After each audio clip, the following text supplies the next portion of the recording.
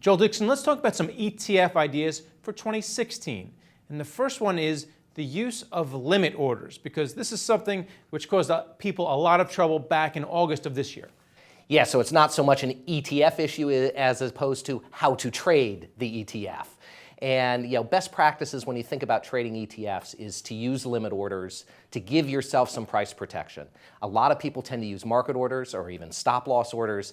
And the problem with that is when you get into a big market volatility environment like we had on August 24th, the market order says execute at any price immediately. And you don't want to execute an ETF at any price. You want to execute it at the price that's representative of its underlying securities. So use those limit orders to help protect yourself when trading. Another big buzz term in 2015 was smart beta. So how smart was smart beta in 2015, and will it continue to be smart in 2016? Look, smart beta is the ETF version of active management. It's basically taking active strategies, putting it into an index form, and now all of a sudden saying that it's better. But it's just the historical active-passive debate. You're certainly going to see more smart beta or more active strategies in the form of index products. The smart, though, of smart beta, to me, it's an acronym for a silly moniker for active rules-based trading.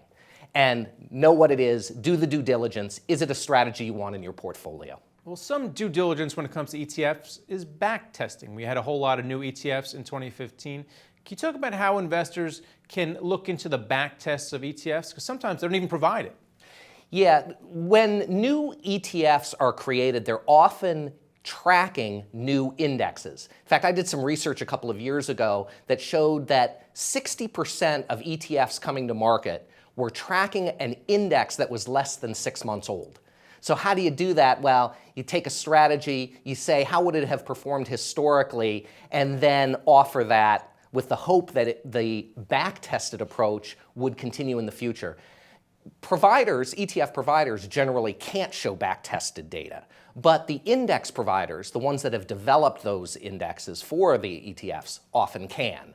And the rub, if you will, is that you tend to only see indexes or strategies that have performed well historically coming to market in the form of new ETFs. In other words, it's kind of like rearview mirror investing. All right, let's talk about performance. Vanguard, which is almost synonymous with index investing, is actually working on some active ETFs. Can you talk about your progress and your plans for those? Well, I mean, Vanguard has always been about low-cost investing, whether it be in index or active form. And we do have an application on file with the SEC to launch, or at least to get exemptive relief for active ETFs in the US. And we just actually today, December 10th, launched some active ETFs in Europe. So it's part of our overall approach to the ETF market. All right, and then finally, there was a fight this year between Larry Fink and Carl Icahn over the safety of high-yield bond ETFs. Where do you come out on that? Are fixed income ETFs safe, and specifically high yield? Again, so fixed income ETFs actually have shown a lot of ability to provide price discovery when the underlying securities in the fixed income space tend to not trade as well as, say, equities do. And that price discovery mechanism through the ETF form has actually been very beneficial for fixed income investors in knowing where those types of securities may be priced. But again, back to sort of the first question of, when you're trading these, though, you need to be careful about using limit orders and knowing in what sort of band, if you will, the ETF should be valued.